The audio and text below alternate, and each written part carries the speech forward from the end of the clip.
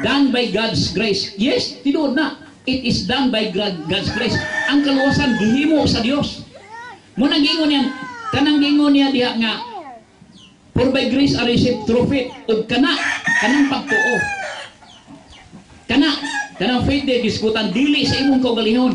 It is the gift of God. Kung gasa sa Dios ang pagtuo nga imong nabatunan, dili na imo na imong dawaton kay kumplito na. Not of works, dili imo na imo pang trabahuan ang gasa. Kung pananglitan gasahan ko nimo Brad Alvin, pananglitan imo kong gasahan, moingon ko ayaw sada kay ako sada ubrahan dito sa abo, ubrahan man na sibi kanang imong gibuan o trabahuan pa. So dili na insulto na kung ako pang trabahuan, dili na ako dawaton. Ang imong mismong buhaton mo nang imong dawaton, receive it. So mo na ang mahitungod sa kaluwasan nga giingon namo nga it's done by grace are received through faith. Ug dili pinaagi sa imong kaugalingong kahimuan kinihatag sa Dios. So dili pinaagi binuhatan.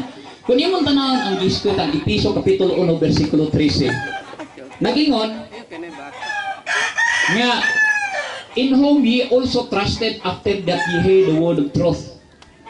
Now, sa diyan nakadungog ka mahitungod sa kaluwasan ug misali ang mahitungod sa kamatuoran, mahitungod sa pagluwas kanimo gospel of your salvation. Nagingon ang Biblia, sa diyan nakadungog ka imong gisaligan o human imong gisaligan, gisilyuhan ka. Now, ang gisbutan ni nakadungog ka. Dayon, imong gisaligan ang imong nadunggan ang gospel of salvation. Dayon, human imo na nakadungog, misalig, mituo. Whom also ye after that ye believe, ye were sealed with the Holy Ghost of promise. Kining bahina, ang imong nadunggan gisaligan nimo, dayon imong gituuhan, dayon ang Biblia na ingon nga you are sealed by the Holy Spirit of promise. So, human mo nakadungog, anang pulong nga hinatag sa Dios, anang salvation, ang gisamyaw sa banal nga kasulatan, nga dili na imong kaugalingong kahimuan, kundi iyas Dios lang. Para sa bitaw ng kanang di ba na igiingon nato nga na si Kristo namatay dito sa cross. Aron tungod sa atong sala siya namatay. Totally accepted manghina nato ng kamatuoran na, di ba? Nga si Kristo namatay tungod sa atong sala. Aron man tamaunsa. O aron maluwas. Dili ingon aron mamaluwas pa. Kay di man si Kristo magpakamatay padto sa cross, aron papagluwas nimo, humana. So Biblia klaro na nga nag-ingon nga ang gibuhat sa Dios dito sa cross, humana. Imo nang dawaton ang gasa na gibuhat sa Dios nga mo'y imong tuuhan ang gituuhan sa Dios para aron ikaw maluwas. So sa Roma kapitulo 3, kapitulo 6 po, naagihapon diha giingon nga Roma kapitulo 6 bersikulo 23. Nagingon diha nga the wages of sin is death, but the gift of God is eternal life through Jesus Christ our Lord. The gift of God is eternal life. Kano sa aman nimo badawat ang eternal life? Unya nagmamatay na, ulahin na, di ba? So samtang buhi pa ka, samtang makadawat pa ka sa gasa sa Dios. So pagdawat nimo mo nang naa kay eternal life. Di man eternal nga di man ingon nga kinabuhi mo putol-putol. Mo man giingon sa Biblia, Roma kapitulo 6 bersikulo 23, di ba? The wages of sin is death, but the gift of God is eternal life through Jesus Christ our Lord. So, mo ni imong makita, imong madawat, human ka nakaluwas, human ka nagdawat ni ng gasaha, ingon ang Biblia na kay kinabuhing walay katapusan, pinaagi sa atong Ginoong Kristo. Now,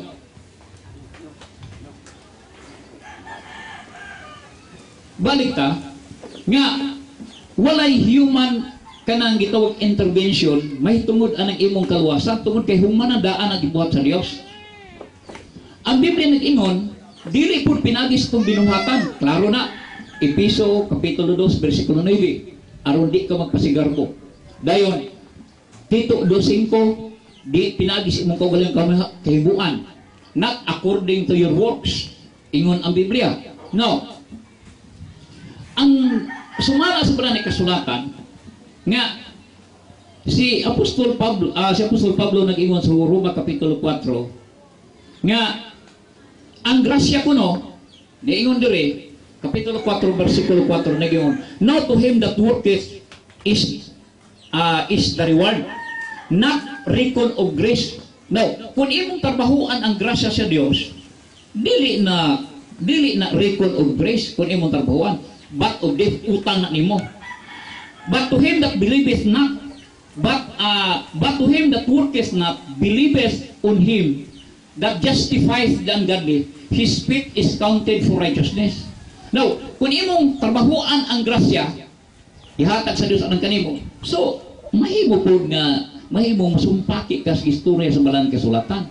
Dili na reckon of grace kay imo man tinarbahuan. So, ang kaluwasan, sumala sa balang kasulatan, we are saved by grace through faith. Kaluoy sa Dios, pinagis gisulti sa Dios, pulong sa Dios nga atong tuuhan, o ang Biblia nag-ingon, makadawat kang kaluwasan. You are saved. Pinaagi na ng butanga, not of yourself, not of works, it is the gift of God. Gasa. Kung nasabot man siguro na ito ng gasa, di man pwedeng gasa lagi akong balikon, di man gasa lagi pwedeng ato pang trabahuan ang imo dawato ni mo ng gasa. Nga diin, gihatag sa Dios para kanimo. Muna giingon ni Apostol Pablo sa insulat sa sa Roma Kapitulo 4, versikulo 4. Now, ang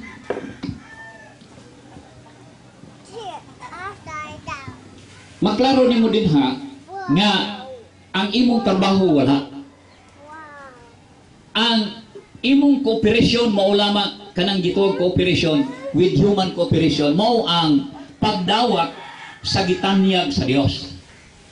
Dili na ingon ng imong trabahuan kundi imong tuuhan. Episo Kapitulo 1, versikulo 1 ug 13. Tagani nakadungog ka, dayon imong nadunggan, imong tuuhan, imong saligan, imong tuuhan, ingon ang Biblia, you are sealed by the Holy Spirit. Na kung mahisgot ang silyo, kung usa ka butang kung silyo ka na gani, papel pananglitan o kapilis, that means nga humana inyong transaction tali sa Dios o kanimo. Now kung ang Dios naghimo sa transaction alang kanimo, kung iyang gisilihan, that means nga humana ang inyong transaction, humana finish transaction. O di na mausab. Kaya kung imong usbon, mahimo di ay makita hikaplagan ka dito, hikaplagan ka di ito mautinod-anon imo ha. Ang Biblia klaro nga nag-ingon na kung nakasugid ka sa imong baba pinagi sa imong mga sisos mao Ginoo imong Biblia sa Roma Kapitulo 10 versikulo 9 ingon ang Biblia, you'll be saved. Nag-ingon that if thou confess with thy mouth the Lord Jesus and shalt believe in thine heart that God hath raised him from the dead, thou shalt be saved. Past tense, saved. So kung luwas alang-alang mo dumagan pa rin mo ng luwas ka man, ang Diyos may naghimo niya na. So, muna giingon sa palang kasulatan, sa among isgutan, nga if you are saved, you are saved. Once you are saved, you are saved. So, dili pinagis mo kauli. It is God, it is the Bible that says it. Mana? Na pa 15? Sige na lang. Salamat Brother Thor sa Grace Gospel Church niya. Akong mga kauban na mga Katoliko sa Holy Spirit Charismatic Community, wala may yandam na pangutanan. Covered boy? Doon sa amin. Sabat titing atong hatagan. Ba't titing mamalihog dawat sa microphone bag. Duha man ka microphone.